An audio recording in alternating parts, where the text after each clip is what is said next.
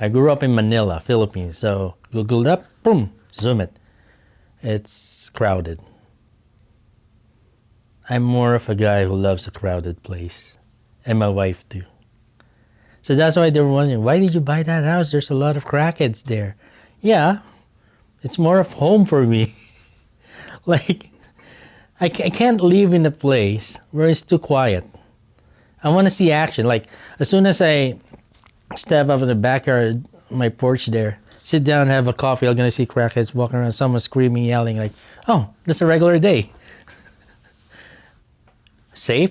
Yeah, I feel safe. There are more places that are unsafe. I don't know, it's what my wife and I felt about it. That's why we've been here since 2014. So it's kind of weird, but it's what what my wife and I are used to, that kind of environment.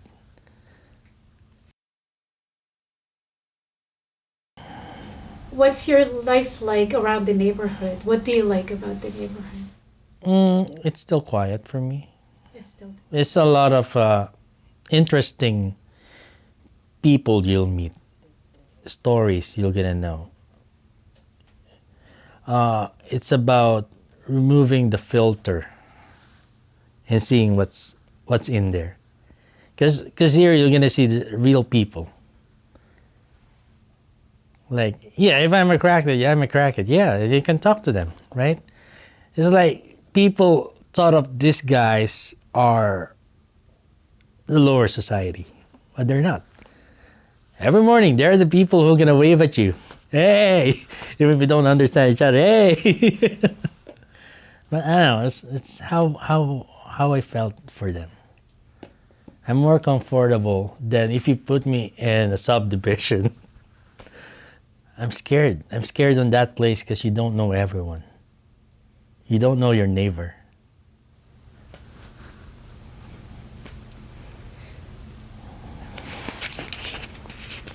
Have you had any experiences of discrimination or hardship in the area, in the neighborhood? No, for now. Yeah, but the thing is, sometimes like because you got a small house, you're gonna feel that from some people. You hear from some people, oh, you got a small house and blah blah blah, right? You know what I mean? But yeah, I grew up in a small place. I don't need a big house, and it's hard to clean. Right? Keep it simple. How do you get around? Is it easy to go to shops? Oh when yeah, you go to school so with your good. daughter? I love it. So I work in Redwater. Okay. I work in refinery center there. So going to school and everything, it's easy. Mall is there. You got extra small stores there. Late at night, you can still go out, walk around. Even if you don't have a vehicle, you can walk around here. Accessibility. There you go. Yeah. What about your daughter and Janelle, like their work and school? Oh, my daughter did well in her schooling, which is, I'm so happy. Education here is so good. I'm so thankful for that one. I'm not really expecting anything for my daughter to be like the finest, but I just want her to have a good education, wherein the neighborhood gives it. Yeah, and also I want her to see the plus, the positive and negative side of reality. That's why we choose to stay here. Then having your kids to grow up in the place is almost positive, and when he or she goes out to the real world, she doesn't know what to do. So my wife now, yeah, she used to work in Target, then superstores, those typical jobs. Then she got a job at Home Depot. She started out night shift there. and she worked her way up. She did a good career, and I'm so happy with the system here in Alberta, generally Canada. People on the prime of, underage, like 30 plus, still got an opportunity to show yourself, to learn, right? To have a career. I mean, it's a never ending for us. It's a never ending opportunity here. How do you connect with the Filipino community in Edmonton or in the neighborhood? Oh, we're just friendly people. We just talk to anyone. Like you. Like we just if I see you in there in the street, I'll just talk to you. That's just us. Like my wife and I we're like that. Like if we see you, we just talk to you instantly. We're that kind of people. And are there any Filipino businesses that you can go to, shops or? Oh yeah, they got good Filipino. That's why I like it here, because accessibility on store shops and different stuff on our needs is just here.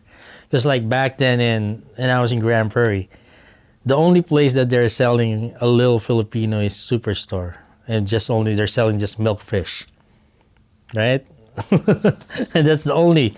It's like having a Filipino ingredients is really so golden for us. Yeah, that's why. Yeah, moved here. Like, oh, I got a little more accessibility. You got the Chinese store that sells a lot of Filipino stuff too, right? And now it's like it's more diverse. Like everyone, IGA, Save On Foods, you're gonna see them. Walmart. What about Filipino stores or restaurants in the area? Oh, Go to? everywhere. We just hop in. Yeah, like that.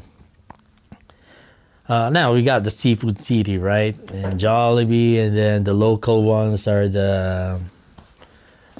What are the local ones? That one, Manila Grill, yeah, empanada. Yeah, they got what you need instantly. About your house, could you sort of describe? Are you renting or? No, my wife bought that house, so pretty much I'm just sleeping there.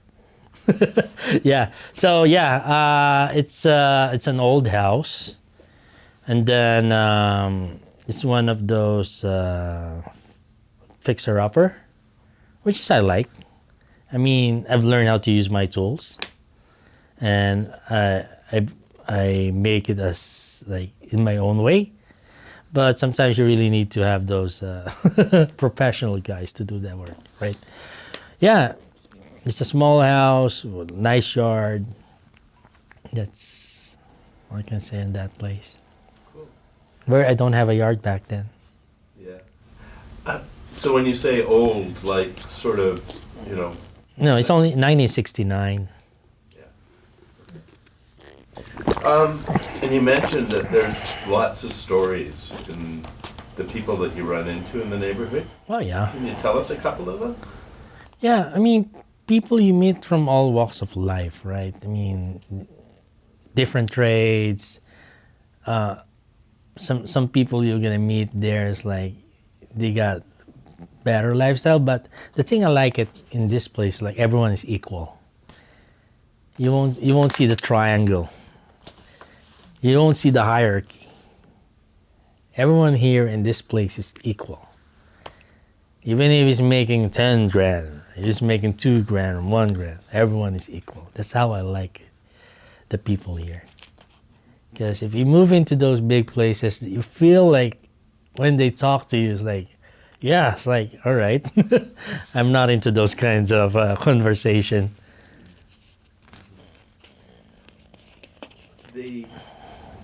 Are the people that you're talking to in the neighborhood, are they all coming from different kinds of places? Oh yeah, You know? different places, different trades, different nationalities. Yeah, they got different beliefs. Which is which is really amazed me because I love learning stuff from different people. I don't want to close my eyes on like a full Filipino being a Filipino, right? No, I want to learn everything. I don't care if you couldn't talk in English that good. It's all good. I'm also in that shoes too back then, right? I only sounded good. What kind of places are they coming from? What kind of countries? Oh, them. They got Fiji guys. They got those what you call that, East Indian people, black people coming from Africa. I don't know where they are, but and Middle Eastern people too. So pretty much talking to them, it breaks the boundaries of your old thinking about them. That they're that. No, it's like, yeah, they're also people. We're all the same. We just speak differently. You mentioned you're working at Redwater these days. Oh yeah. Yeah. So, how do you get back and forth from Jasper Place here to Redwater? So I need to wake up early, like from 5. I need to leave at 5 and be there by 6. So I drive every day for 7 days because I got 7 days on, 7 days off, doing instrumentation there. Now because you become a journeyman. Now I became a maintenance on that company. So I maintain that diesel refinery, which is good. I mean, yeah. At least the paycheck is a little different from going to Fort Mac, but it's better because I'm home. Right. So during the week on, you're still going back and forth to home. Yeah. Every day. Yeah, every day. That's good. Monday to Sunday, yeah. Which is good. I don't mind working 12 hours. At least I got 7 days off.